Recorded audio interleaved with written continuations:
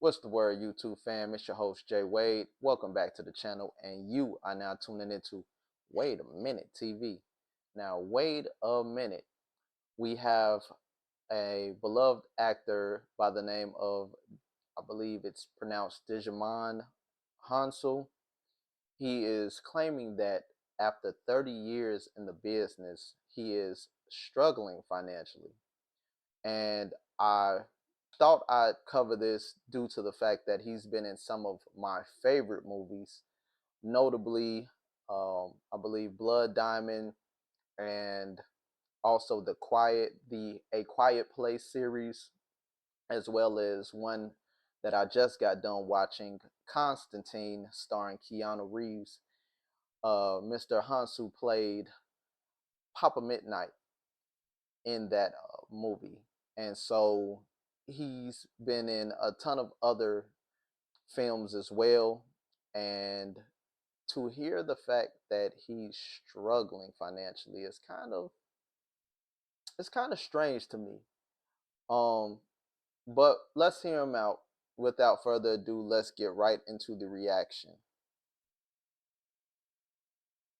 How has Hollywood changed in terms of African representation in what you see since you started out to what's being produced now? Yes, quite a bit has changed. I must say, because of course, when I came out with Amistad, I was nominated for a Golden Globe, but they ignored me for the Oscars, talking about the fact that they thought that I had just came off the boat and off the streets, uh, where Steven Spielberg, used me for this film, and even though I successfully did that, they just didn't feel like I was an actor for whom we should pay any respect to. So this conceptual idea of diversity.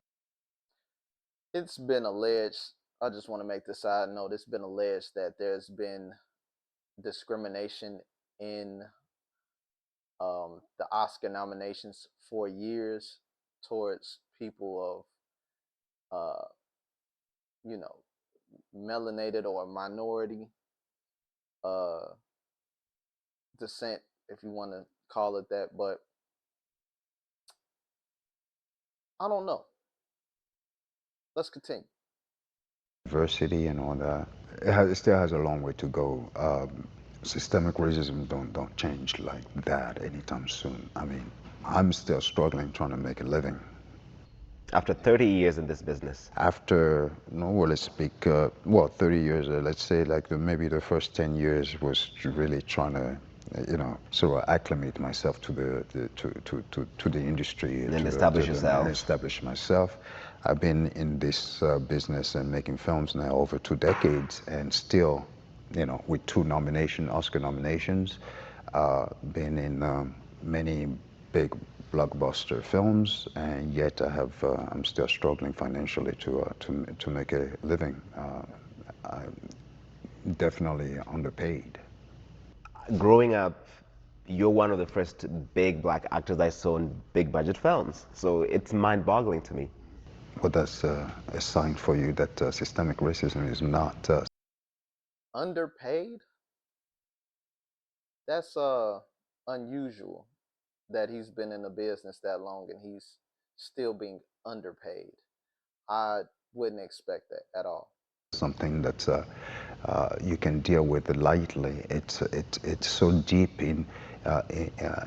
inserted in so many things that we do across the board, and you don't overcome it. You just have to sort of like you have to cope with it and survive the best way you can. What do you hope your legacy will be in this industry for your acting, for your philanthropy? I came to California with this compelling need to do something for my continent and do something for my people in general, and to champion this idea of reconciliation and reconnection with the motherland. I just hope that I have contributed to change the narrative about our people and the continent. How has Well, with all of that being said, I think that Mr. Hansu is a phenomenal actor. But I got a couple of questions. One is that is he still getting roles, right? And what do I mean by that? Like, are people still calling out for him? Is he still having? Does he have an agent that's still contacting to get him roles, lead roles? You know, roles that are of substance. And if so, after being in the business 30 years, my second question is he also negotiating, you know, what the salary is? Because on one hand, I understand institutional racism in the industry. But on another hand, I just think it's odd.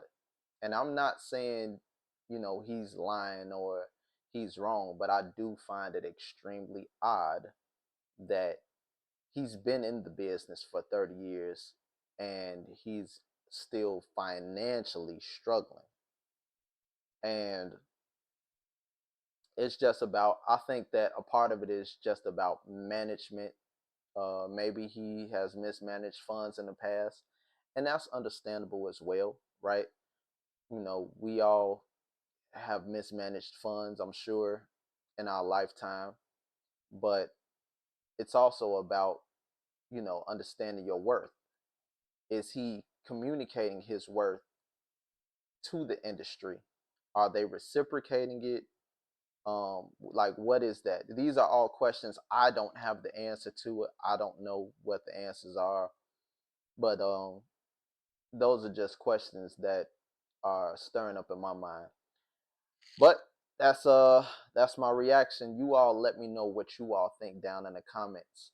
Please like, share, and subscribe if you like this content. And until next time, YouTube, I'm out.